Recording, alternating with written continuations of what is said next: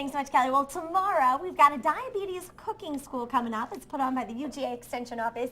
And Suzanne Williams, you're the one who will be leading the class. I will, yes. But when it comes to cooking with diabetes and living with diabetes for people who do have that disease, they do have to take a lot of precautions when it comes to things like eating and cooking. Exactly. And the insidious thing about diabetes is when people are diagnosed with it, it's not like, oh, I'm sick the first day. So they'll say, well, I can have that piece of cake, or I don't want a Diet Coke this time, I want a regular Coke.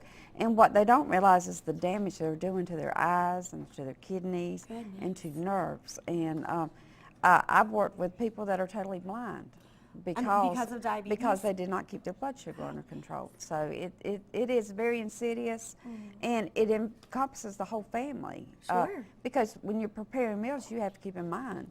And it can be genetic. Yes. No, yes. you are not a doctor or anything like that. We don't want people to confuse that. But what does it take? What is diabetes, I guess, first off?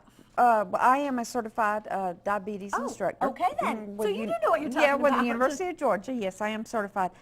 Diabetes there's two types, and type 1 is usually what we used to call juvenile onset diabetes. And it doesn't mean for teenagers No, or anything like it used to be usually children.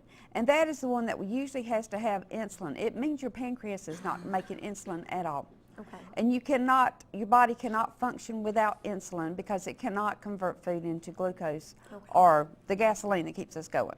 And that's when you're kind of born with. Yes, or very early in life. Now, type 2 is usually the type that your pancreas is not making enough of the insulin, or your body is what's called insulin resistant.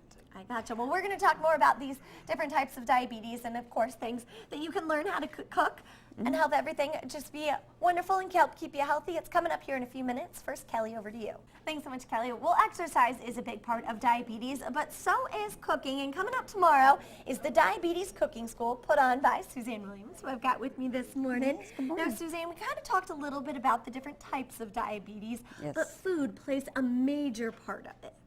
It does, especially if you've been diagnosed, that you do need to. But a lot of people who are diagnosed as diabetics, they'll say, oh, I never get sugar again at all in my life. And that's not the case. You do get it. You have to figure it into your diet. Sure. Sometimes you have to make some adjustments to your medication and stuff. But it's kind of a nice treat to have occasionally. But we'll learn all that. Good news. Yeah, we'll learn all about that in class, and the class that's tomorrow is actually on all the sweeteners. Okay. That my father was diabetic, and we went from saccharin up to at least the sweet and low in his lifetime. But there's just so many things out there on the market now. The stevia. That's one of the newer ones.